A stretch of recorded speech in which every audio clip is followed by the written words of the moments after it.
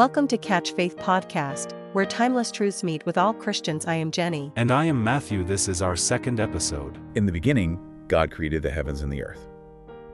Okay, let's really dig into this. It feels so foundational, right? It absolutely is the bedrock. Yeah. We're doing a deep dive today, looking closely at Genesis chapter 1, just verses 1 through 5. We were inspired by that Catch Faith podcast episode, Genesis Creation, Light from Chaos. Yes, with Jenny and Matthew. A good discussion. Yeah. So we're kind of pulling out the core ideas, thinking about beginnings, about order, how structure even starts. Our goal really is just to unpack what's inside these, well, seemingly simple verses. You find lessons about creation, sure, but also about like purpose and the power of words themselves. It's surprisingly relevant. It really is. What's amazing is how these opening lines are not just, ancient history. They feel like a blueprint. A blueprint, how so? Well, they touch on how we understand the cosmos, obviously, but also maybe our own internal sense of order versus chaos. It's packed with implications from the get-go. Okay, I like that. A blueprint. So let's start right at verse 1, the very beginning. In the beginning, God created the heavens and the earth. Sounds straightforward, but what's really boiling beneath the surface there? Well, first off, just the sheer statement, in the beginning.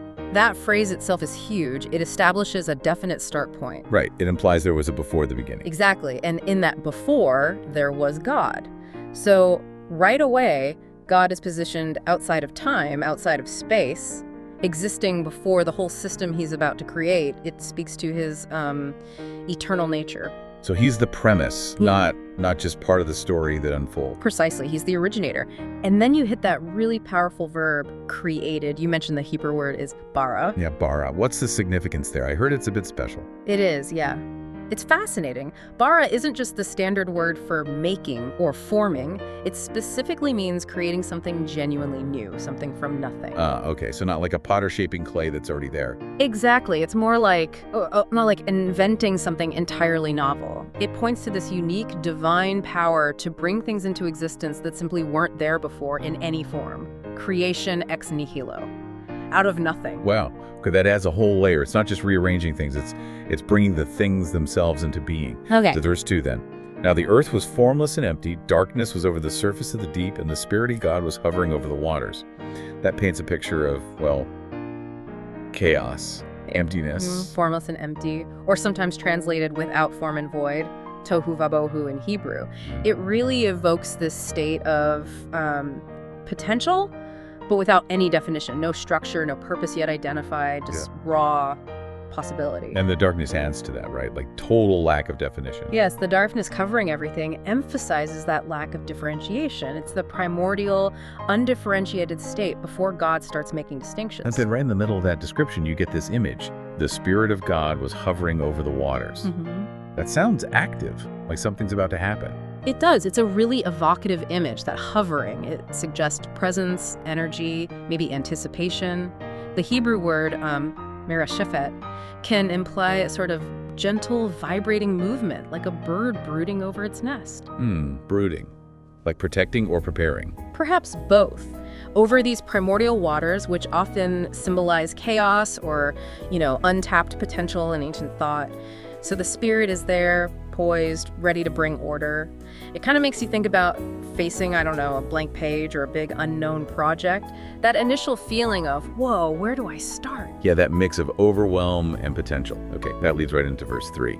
And God said, let there be light, and there was light. Bam, just like that. Talk about immediate effect, right? Seriously. What's the main insight here? Just the sheer power. I think that's definitely front and center, the power of God's spoken word.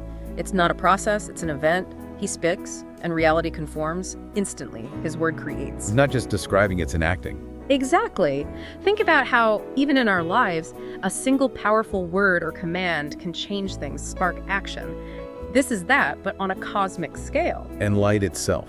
Yeah. It's more than just photons, isn't it? Symbolically. Oh, absolutely. While it is the beginning of physical light, light universally stands for knowledge, goodness, purity, truth, even the presence of God himself.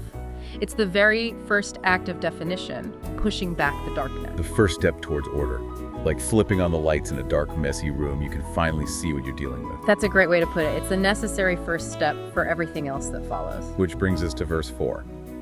God saw that the light was good, and he separated the light from the darkness.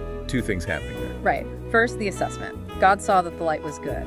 This isn't just an observation, it's like a divine judgment of value.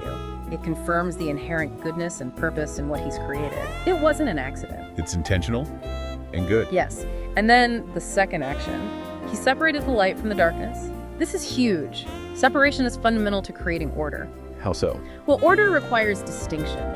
You need boundaries, categories. By separating light from dark, God is introducing the very principle of discernment, of making distinctions. Chaos is undifferentiated.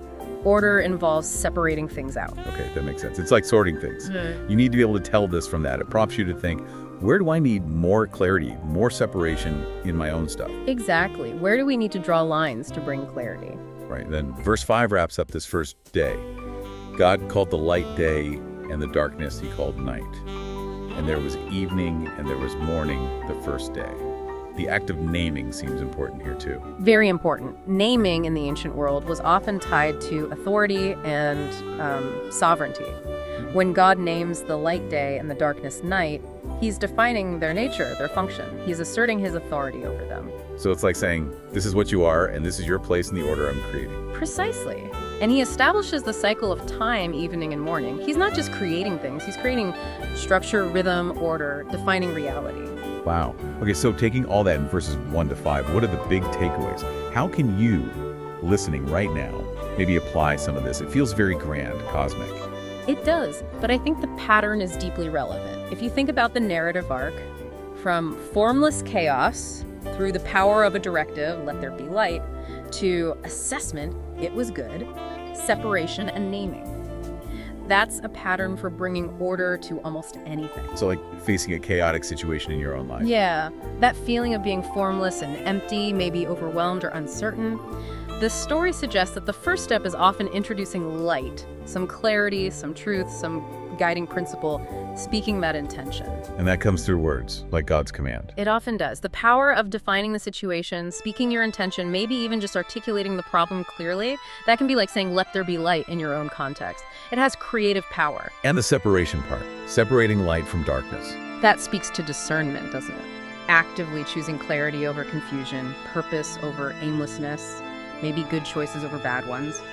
Consciously separating what helps you move forward from what holds you back. It's an ongoing need, that kind of separation for clarity. Making distinctions, setting boundaries for yourself. And finally, the naming, asserting authority over your situation by defining it, understanding it, setting its place. So wrapping this up, Yeah. these opening verses, they're way more than just an old story. They seem to be laying down fundamental principles about how order emerges from chaos, the power inherent in words, and the importance of deliberate action and discernment. Absolutely. They offer this profound model for beginnings, for creation, whether it's the universe or tackling a new project or navigating personal change. It leaves you with a lot to think about. It really does. And maybe a final thought, or rather a question for you to consider. How can really grasping this idea, God bringing light and order from a formless, dark void, how can that shift how you approach the challenges, the uncertainties, the voids in your own life right now? Think about the potential that might be hidden in that chaos and the power that even one clear intention, one let there be light moment, could have to start transforming everything. How can we increase by catching faith believers to our Lord Jesus Christ? Leave your comments below.